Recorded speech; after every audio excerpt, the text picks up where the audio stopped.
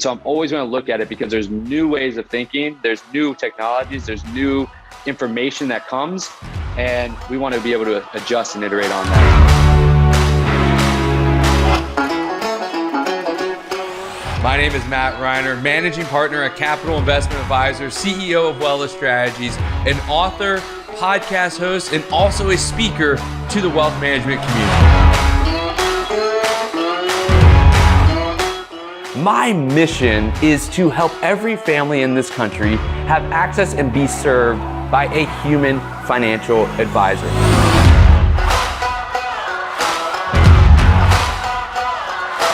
That we all have to live in the moment and not try to force progress too quickly. Let it happen and commit to a long-term strategy in your life, in your business, and in your investment portfolio.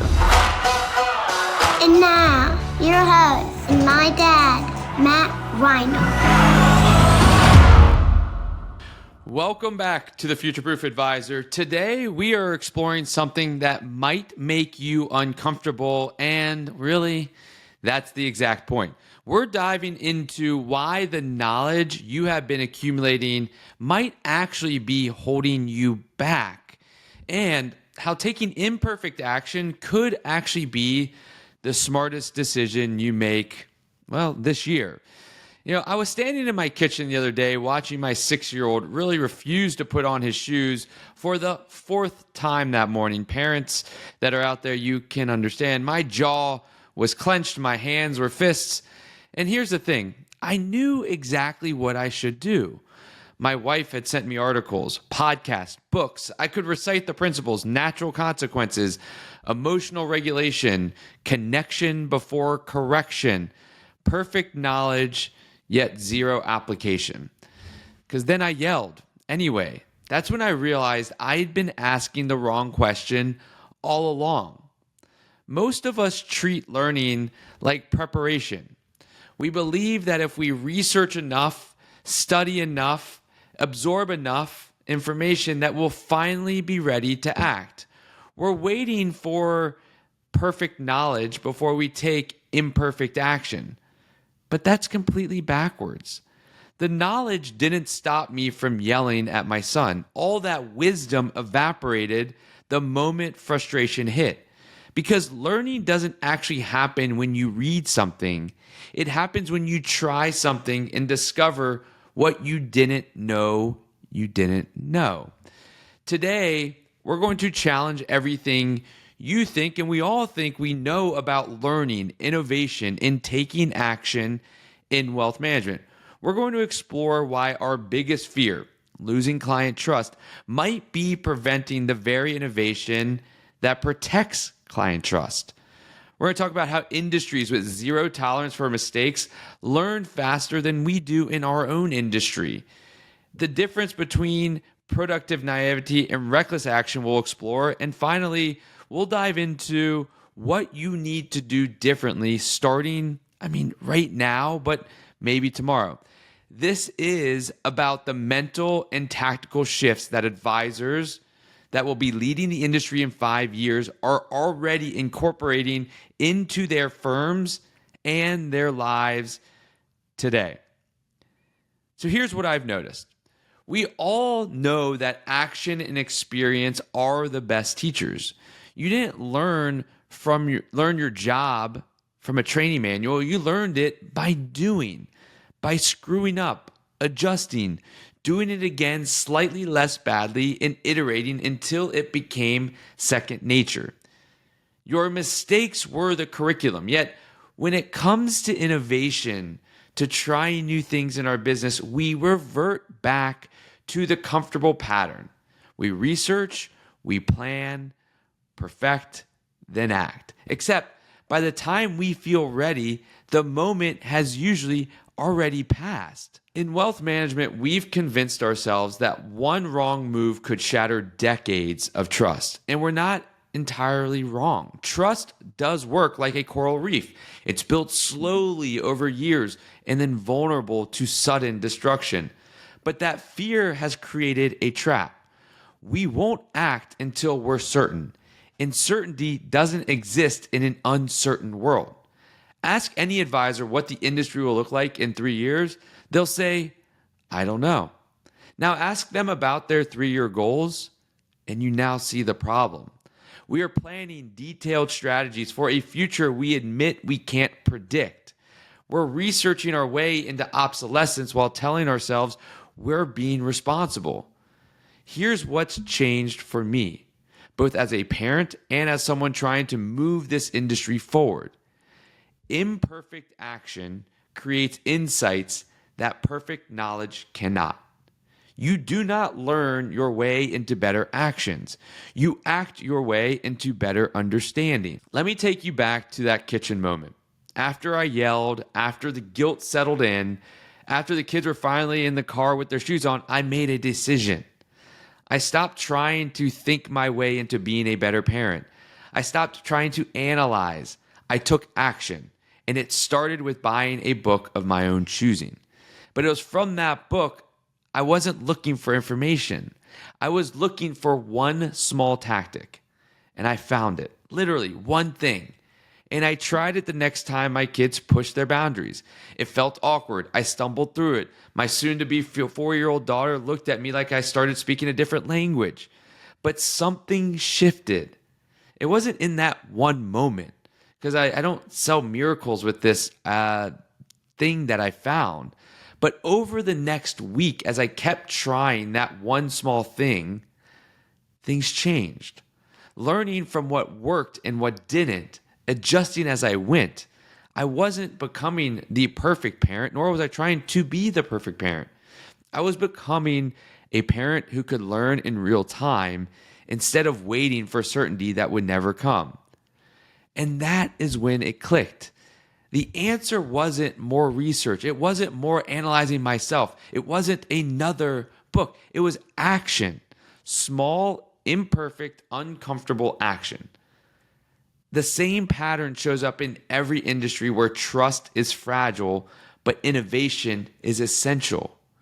Aviation and medicine both face zero tolerance for mistakes, but they've solved for learning differently than we have in our industry. They don't just analyze catastrophic failures. They study the near misses, the close calls, moments when disaster almost happened, but it didn't. Every near miss becomes a lesson that drives innovation. Every we almost screwed up moment is treated as priceless data. And the question is what if in our industry we did the same thing? What if we looked at every hesitation, every moment we almost tried something new but didn't, and asked what prevented us from learning there? Because here's the brutal truth. Our fear of breaking trust has made us risk averse to the point of stagnation. And stagnation is its own form of breaking trust, just slower. So let's dive into some of these insights that I found through this research. And the first one is that we need to stop calculating potential upside and determine acceptable downside. Most decisions get stuck in analysis paralysis because we're trying to predict the ROI of an action. But in certain environments, upside is unpredictable. Downside, though, is negotiable. Think about a surfer. I've never surfed, but I've watched them and I've talked to them. They don't wait until they can predict the perfect wave. They ask, what's the worst wipeout I can handle? And they judge whether to go out that day or not based on the conditions, meeting or not that negotiation they just made. What's the worst that could happen if you try that process change? If you pilot that new technology with 10 clients instead of 200?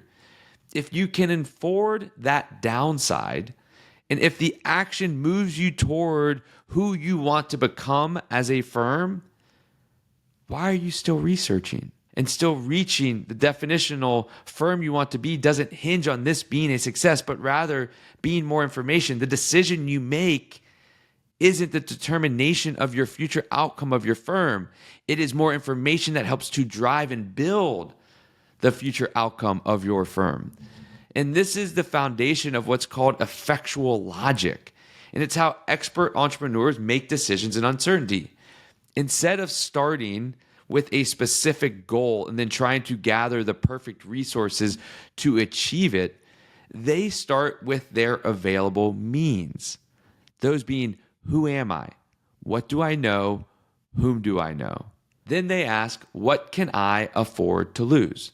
Not what might I gain, but what am I willing to lose to find out? Let me give you an example from outside of our industry. The Wright brothers, who I've talked about many times on the pod, had no formal engineering background. They ran a bicycle shop, but they believed humans could fly. The trained engineers of their time saw flight as a propulsion problem. The Wright brothers saw it as a balance problem, hence their background in bike riding and bike industry. And because they approached it naively, without the preconceived constraints of formal training, they identified the real challenge that experts had overlooked.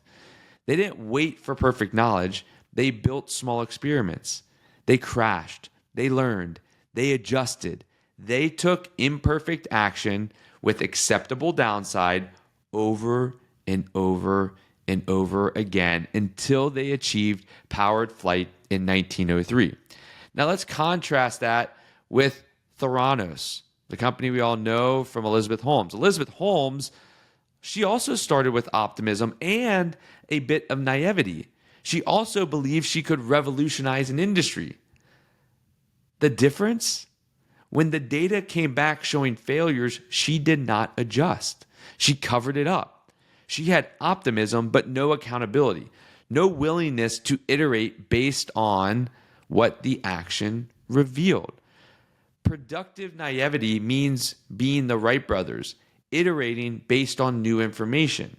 Reckless naivety means being Elizabeth Holmes, pushing forward despite new information contradicting your vision. And the difference isn't the naivety, it's what you do with the feedback, the information you get from taking action. So here's your framework. First, determine what you're willing to lose, not what you might gain. What is the acceptable cost of learning? Second, take the action, small, contained, and reversible if possible. Jeff Bezos talks about a 2-door decision. Can I reverse the decision, or is it a 1-door, one-way decision? Third, treat the outcome as data, not as a verdict. What did you learn? What would you adjust? This is not reckless. This is how you innovate responsibly in an industry built on trust. This is how you continue to evolve trust and evolve your services to enhance trust in the future. The next insight is all about judging the process, not the outcome. Outcomes contain luck. If you make 10 decisions with sound reasoning and 9 of them work out, you don't have a 90% success rate. You have a good process. If only 3 work out, you might still have a good process that got unlucky. This matters because if you judge people on outcomes rather than process quality, you will fire your best decision makers during periods of variance and you will retain your lucky ones. I mean, think about a basketball coach who fires players or trades players away for missed shots while ignoring shot selection. That coach doesn't build a championship team. And neither does the leader who punishes good decisions that got unlucky breaks. You know, the quality of a decision can only be judged by the process, being the quality of information available at the time, the soundness of the reasoning, the consideration of alternatives. In the long run, good process leads to good outcomes more often than not. But in a single instance, the link is probabilistic, not guaranteed. And this is where most firms go wrong. We look at a failed initiative and immediately ask, what was the mistake? But the better question is, what was the process?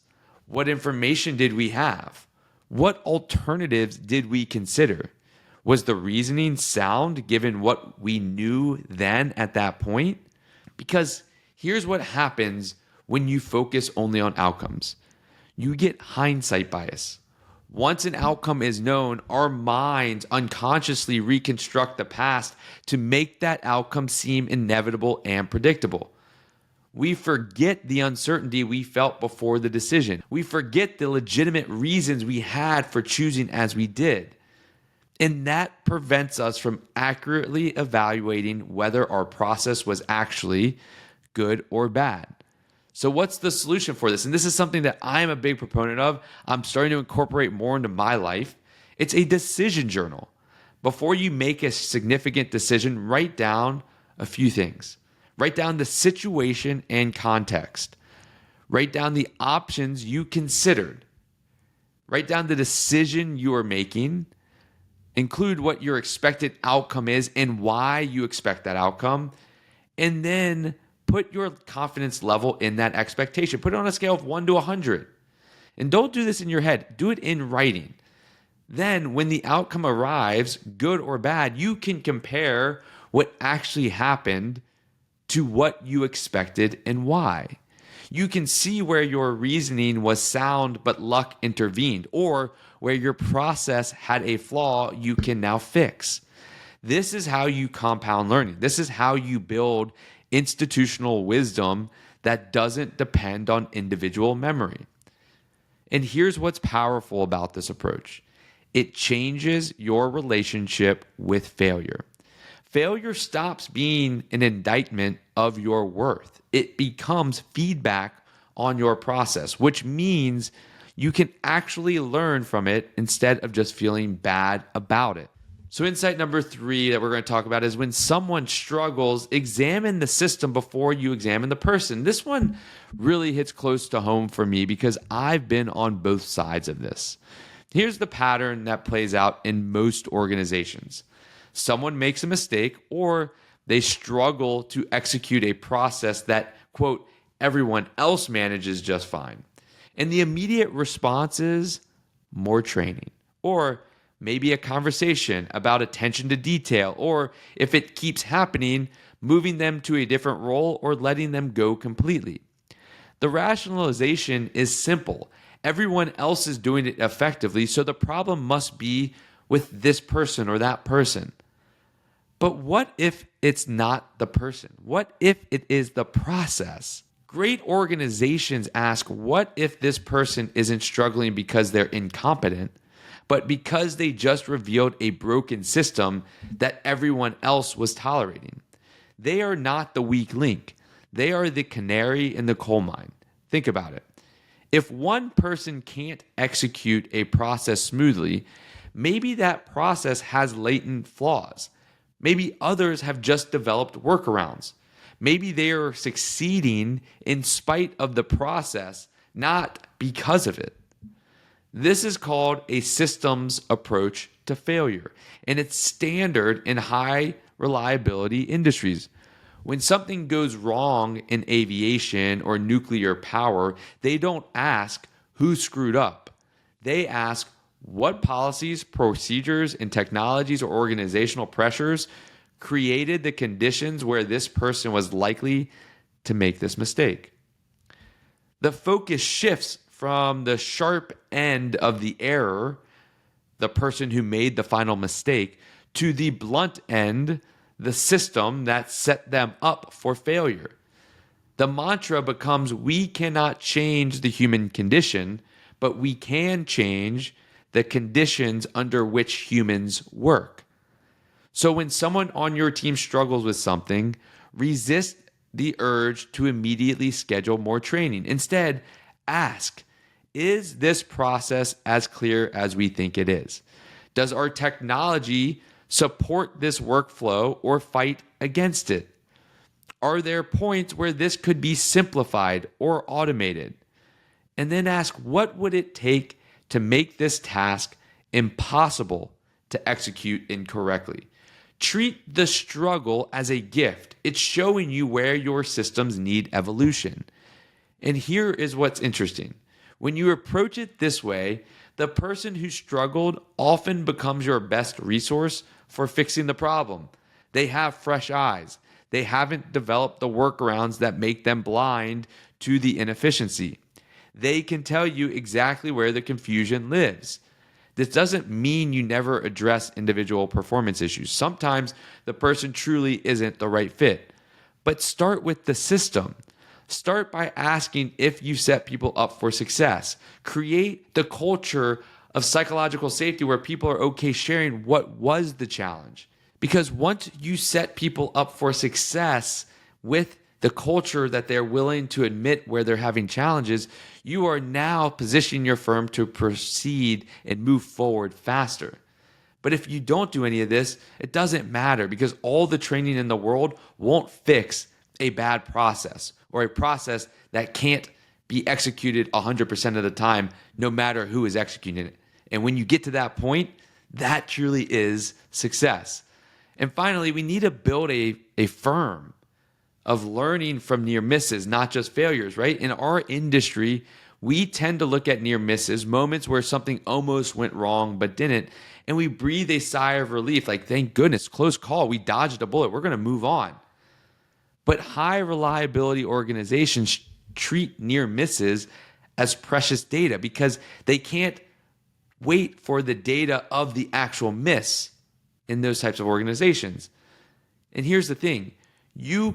Us as an industry can learn from a near miss, but we can't afford to learn from a catastrophic failure. That would be bad. So these organizations create robust, non-punitive reporting systems. They make it safe, as I mentioned earlier, even rewarding to report moments when disaster almost happened. And then they analyze those moments with the same rigor they'd apply to an actual failure. What conditions allowed this near miss to occur? What would need to change to make it impossible to have another near miss or a miss at all? Imagine if we did this in wealth management. What if every time you almost sent the wrong client their neighbor's financial plan, but caught it at the last second, you documented it? Not to shame anyone, but to ask, what in our process allowed this to almost happen? How do we redesign the workflow so it can't ever happen? What if every time a client almost left because of a service breakdown, but you recovered just in time, you treated it as a warning signal rather than a victory, or as mentioned earlier, as a training moment for that individual? These near misses are showing you your system's weak points before they become catastrophic failures. They're the opportunities to innovate before you're forced to. The question is, are you paying attention and are you going to take the action necessary, devote the time, the resources to something that was a near miss as opposed to firefighting and always just putting out fires? That decision is up to you. And I would say take those near misses as an opportunity to invest time, capital, and effort into solving those. You know, one thing of many that keeps me up at night, we fear losing trust. I fear regulatory issues. I fear making the wrong decision and having clients question our expertise.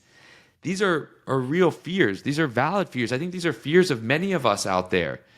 But there's one fear we do not talk about enough, maybe because it feels too distant, too abstract. And in the world we live today, it's starting to bubble up as becoming more relevant, though.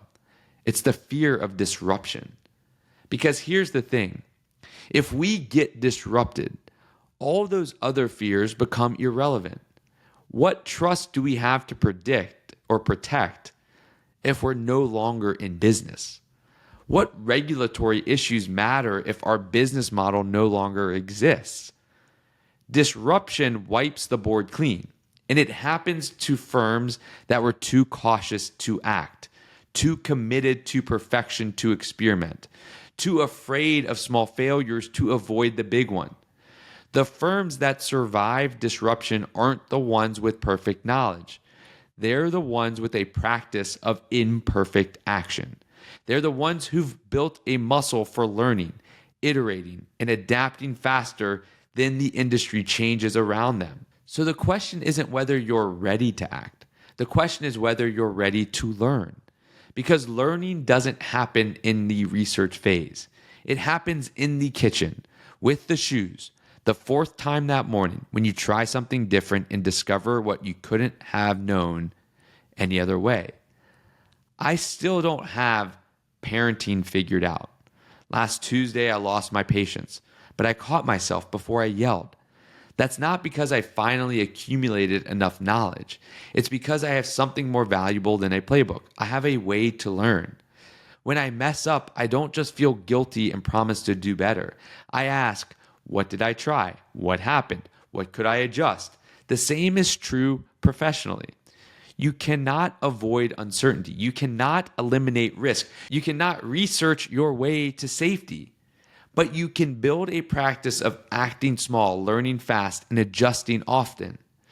You can create systems that learn from near misses rather than just punishing failures. You can replace the question, what's the ROI, with what am I willing to lose to find out? Because the alternative, waiting for perfect knowledge before taking imperfect action, is not safety. It's just a slower way to become obsolete. Before you go, I want to hear from you. Click the link in the episode description to answer one quick question. And that question being, what's the biggest barrier preventing you from taking more imperfect action in your business? And if you enjoyed today's episode, forward it to a friend, someone that may be struggling with this, that's maybe slow to take action, and you want to push them to take action. Like the episode, leave a comment of your biggest takeaway, and be sure to subscribe to our channel to be alerted on all of our new episodes each week. And with that, I say thank you. Thank you for spending time with me today. It means the world to me. I'll never take it for granted. Go out there and be part of the change that betters our industry. Stay well, be well, and keep on exploring.